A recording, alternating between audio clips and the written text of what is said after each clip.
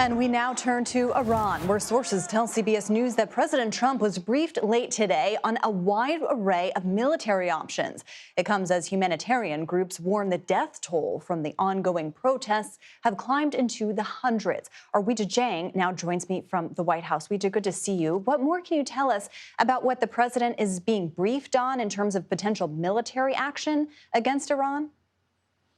So, Caitlin, two Defense Department officials tell CBS News just a short time ago that it's not just military options, that while those obviously still remain on the table, in fact, just today, White House Press Secretary Caroline Leavitt said that airstrikes were also a possibility. These officials tell CBS News that there are other opportunities as well to take action against Iran when it comes to cyber and psychological operations that could cause a huge impact there. So we don't know exactly what that means. Obviously, the details of these potential operations have not been revealed, but they are among the things that this administration is considering.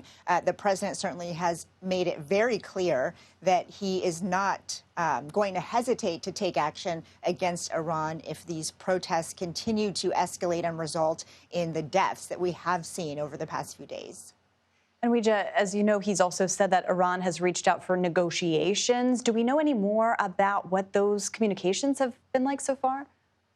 Well, today, the White House said that an official reached out to the president's top advisor and mediator when it comes to negotiations with foreign countries, including Israel, and that is Steve Witkoff. He is one of the president's most trusted advisors. And according to the White House, Witkoff has been in touch with Iranian officials, and that the tone is very different from what we have seen in the public, and that they are willing to talk at least about reaching some sort of negotiation.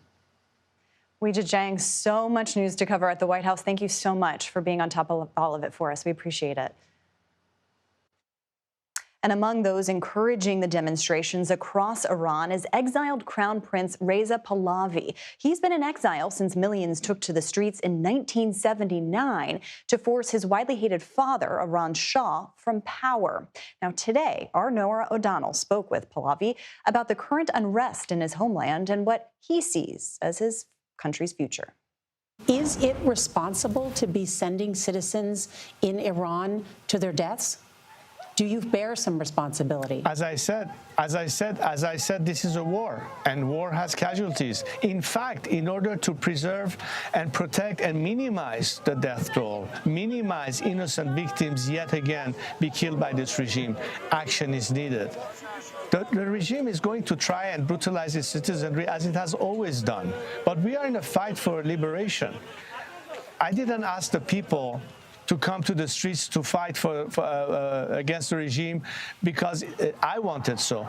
They asked me to step in to help them and to be their voice on the outside world, to do everything that we can so we make this uprising successful this time. And I think we have some serious leaders that understand what is necessary, that understand the ask of the Iranian people, and are responding to that.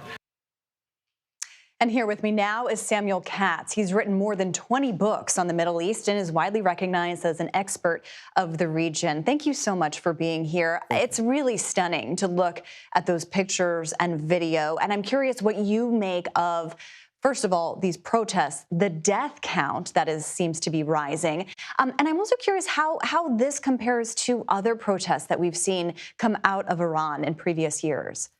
Well, the Iranian regime has never been as weak as it is now, 2 years after October 7th, when its proxy armies have suffered humiliating defeat after defeat, and the Iranian government was defeated in a 12-day war against Israel. All of the hyperbole, all of the saber-rattling that the Islamic regime has done over the last 47 years has proven futile. The economy is in shambles, and the people are fed up. The Ayatollah is talking about a renewed war against Israel, and people can't afford to buy groceries for their families. So this is a popular uprising, and it's an uprising that has placed the regime on its back feet, and they feel threatened like never before. The question is, what are the governments in the region and around the world, primarily the United States, going to do to assist the protesters and once and for all see that there's regime change in Tehran? And Samuel, on that note, as we were just reporting, the president has been briefed on military options there. I'm curious if you think that potential pressure from President Trump could have an impact on how Iran treats their own people. Well, obviously, the tweets and the statements by the president have given the Iranian people hope that this time, as opposed to previous demonstrations and uprisings against the government, that they have a friend in Washington who will stand by their words and support their quest for freedom. The question is, what kind of action would the president take? Is it kinetic? Is it covert? Or what risks are there by a sudden regime change and violence that will impact U.S. national security? And on that note, I mean, what do you make of the president thinking, or at least being presented with options for military action? What kind of impact could that have? Well, the president has always proven to be risk averse. And after the conflict in June, when Israel took out Iran's nuclear sites along with the United States, the country's military is at its weakest point. So this has given the president a wide array of options. I don't think that the U.S. or any other government will go after economic targets. This is obviously an economic uprising of people not wanting their government to invest in holy wars across the region and around the world. But there are other options available: the Revolutionary Guard, the internal security apparatus, and any other symbol of Iranian rule that would embolden the people to increase their protests around Tehran and the other 31 provinces in the country. And how do you think this would affect the overall stability of the Middle East at this point?